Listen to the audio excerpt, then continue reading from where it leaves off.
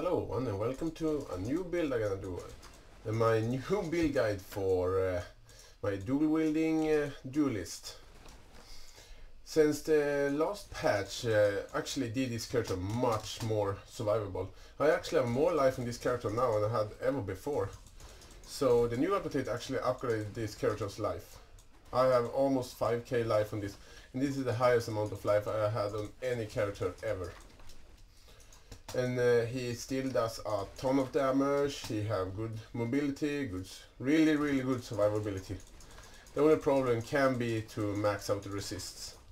But as you can see, I am in Lunaris right now and I'm just shredding everything to pieces. I'm gonna shred Piety as well.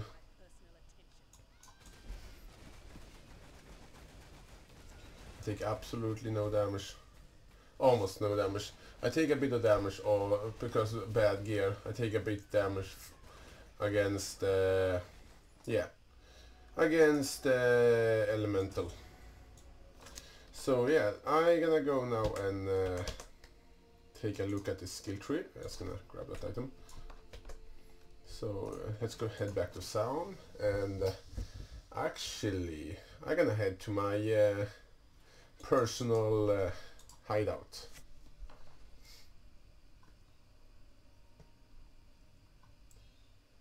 And now I'm gonna show my skill tree here, along with the masters. And let's start with the passive skill tree. Starting as a shadow, I think that's the best choice for this build. I think you can do it. Yeah, you can do it as a Marauder as well. Because you can do it as a Marauder. That will work just fine, I think. Or perhaps a Scion. But I think Marauder or Duelist is the best choices for this build. And yeah, I started as a duelist. I went down and grabbed these nodes first here, all of this. When I grabbed all of these nodes, I just went to grab this one directly after and went down here to take these ones. Then after that I went here, grabbed Iron Reflex, grabbed these nodes here, get up here, grab these two life nodes here. I grabbed these nodes. I grabbed these nodes especially because it's give you extra block chance with dual wielding 4% and gives some increased melee physical damage. So that's pretty good to have. After that I went for the Marauder survivability, as you can see, and up for Resolute Technique after that. And then after that I went up here. I'm gonna grab Berserker, but I didn't have the point. I need one more level. And I grabbed this life note here. I'm gonna grab this one, and I'm going to grab this one as well. And I grabbed this one for, it's just 1 point off, and it gives you some extra armor and evasion. So there are no, why not take it? And I even grabbed these notes here to give me some extra block speed, and that's pretty much it. It's a pretty simple build. You don't need the best gear in the world to run it, but the most important item I want to say is you need to have a Bring of Rain. But this item is not expensive anymore. I think you can get it for like 1 Exalt orb maybe. I think something like that.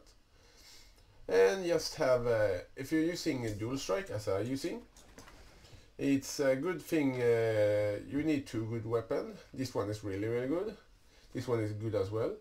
But if you're gonna use like double strike, which you can do with this build as well, just use 1 good one-handed weapon, and then use, I'm gonna show the item instead of talking about it.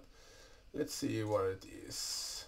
I'm gonna show what item, which are good to have in the offhand, because you only does damage with your main hand if you're not using dual strike, for example. I'm just gonna find it.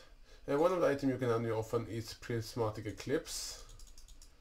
That's a really good one. It gives you extra block chance if you just can use a 1 main hand attack. But this one, if you're not using one of these 2 weapons, are really good to have in your offhand if you're not using dual strike.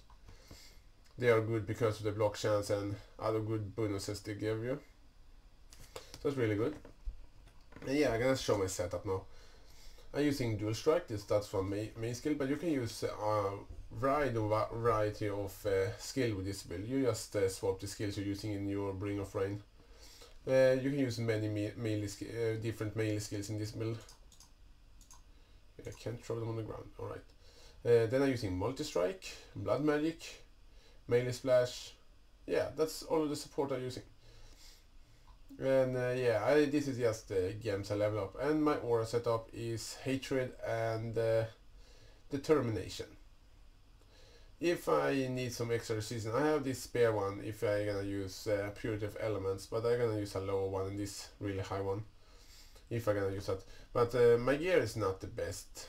I actually missing a lot of resistance, so my gear can be much better. These boots are really good, and I actually, when I think about it, I don't have life on any piece of gear, and even that I almost have 5k life, so it's working pretty well, this build. I'm going to try this build against Queen Asori later when I get my resistance capped. So I'm gonna make a video on that, and hopefully you guys will gonna want to watch me failing. I think I'm gonna fail. I'm not good enough. So yeah, and my damage with auras are 18k, almost 19k, and without auras it is 13k. So yeah, I do quite a bit of damage. And yeah, I actually gonna talk about what would be my end game weapon for this one. The best weapon you can have when you think about unique items is the Bring of Rain and a Soul Taker in an offhand or main hand. And then you can take away your blood make and put added fire damage there for maximum damage. So yeah, that's pretty much it. If you have any questions, just leave them in the comments, and thank you guys for watching, and take care everyone, and have fun.